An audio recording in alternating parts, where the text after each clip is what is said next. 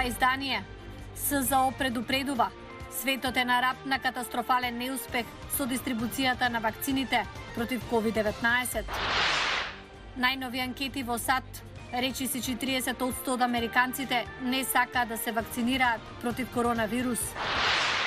А како ученици им помагаат на ученици без компјутери за време на пандемијата во продолжение. Останете со нас. Поздрав од Вашингтон, добре дојдовте во уште едно издание на Ньюсфлеш на Гласот на Америка на македонски. Јас сум Милена Ѓоргиевска. Светската здравствена организација вели дека не е во ред помладите и здрави лица во богатите држави да се вакцинираат против COVID-19 пред постарите лица во сиромашните држави. Организацијата предупреди на катастрофален морален неуспех на светот поради нееднаквата дистрибуција на вакцините. Додека некои држави го забрзуваат процесот на вакцинирање против COVID-19, Светската здравствена организација предупреди дека изгледите за подеднаква дистрибуција на вакцините се во сериозен ризик. Повеќе од 39 милиони дози вакцини веќе се искористени во барем 49 побогати држави. Само 25 дози се дадени на една од најсиромашните држави. Не 25 милиони или 25.000, само 25. Зборувајќи на состанокот на извршниот одбор во Женева, Тедрос Гебрејесус рече дека не е во ред помладите и поздрави лица во богатите држави да бидат вакцинирани против COVID-19 пред постарите лица во посиромашните држави. Овој пристап не само што ги става во ризик најсиромашните лица и оние со нарушено здравје, туку е и себе поразителен. Овие постапки ќе ја одложат пандемијата, нашата болка, економските последици, потребните рестрикции за спречување на ширењето на вирусот. Бројот на заразени со коронавирус на глобално ниво надмина 96 милиони, според податоците на Универзитетот Џонс Хопкинс. САД, Индија, Бразил, Русија и Британија се петте најпогодени држави. Иако некои земји почнаа со имунизација на населението уште во декември, здравствените лица во Африка, например, велат дека би можело да поминат недели, па дури и месеци, додека тие да добијат први дози на вакцина. Со над 113.000 заразени и повеќе од 1450 смртни случаи, нигерискиот лекар Олуваџаба Ороги вели дека бројот на заразени се зголемува секој ден и оти тој и неговите колеги се чувствуваат исцрпени. Бројот ќе продолжи да расте ако не ја добиеме вакцината. Тоа значи дека ќе продолжиме да работиме под поголем ментален стрес и со притисок врз сите расположливи ресурси. Председателот на САД, Џо Бајден, ги врати САД во Светската здравствена организација и го испрати докторот Ентони Фаучи во извршниот одбор на Светската здравствена организација да помогне да се развие меѓународниот план за справување со COVID-19. А Светската здравствена организација предупреди и дека недовербата во вакцините против COVID-19 представува една од 10 најголеми закани за глобалното здравје. Најнови анкети во САД покажуваат дека дури до 40% од американците не сакаат да се вакцинираат. Еве ги деталите. Иако научниците брзаат да најдат вакцина, убедувањето на луѓето да ја примат би можело да биде проблем. Две неодамнешни анкети, една на истражувачкиот центар Пју, друга на Галуп, откриваат дека бројот на американци кои не сакаат да бидат вакцинирани е меѓу 37 и 40%. Доктор Ентони Фаучи, главниот експерт за заразни болести во САД, пресметува дека за да се постигне колективен имунитет, ќе биде потребна имунизација на барем 85% од населението. Во Филаделфија околу половина од техничките лица во итните служби, како и медицинските лица во противпожарните станици, одбиле да се вакцинираат.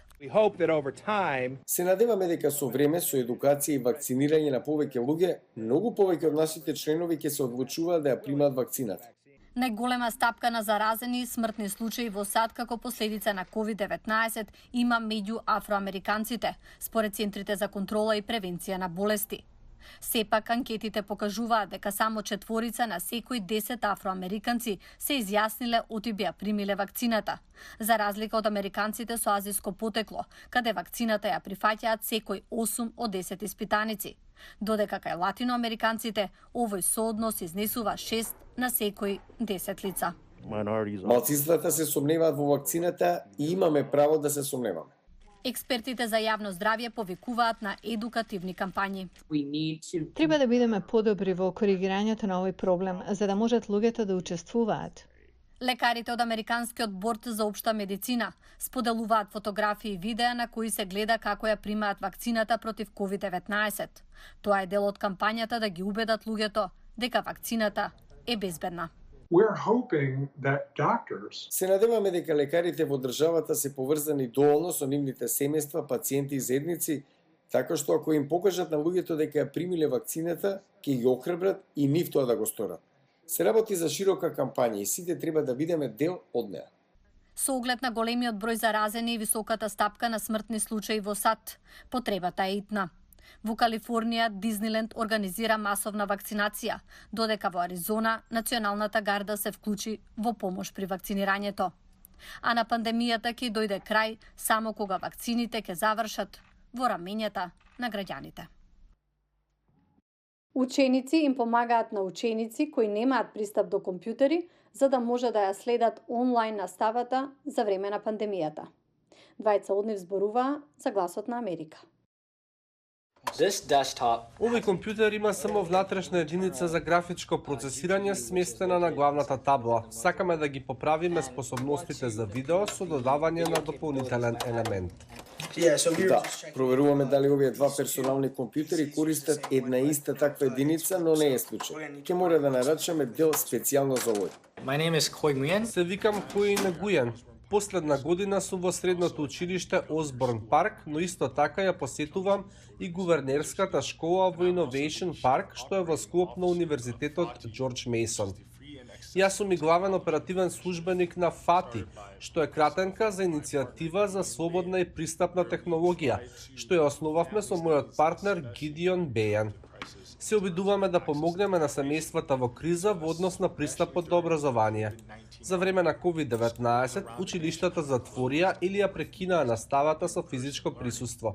Се свртеа кон виртуелна настава. Видовме дека многу од нашите соученици немаа стабилна конекција на интернет или повеќемина во семејството мораа да користат еден компјутер. Знаевме дека треба нешто да сториме. Така земаме донирани производи или донации во пари и преуредуваме стари компјутери кои потоа ги дистрибуираме во посиромашните заедници низ Северна Вирџинија.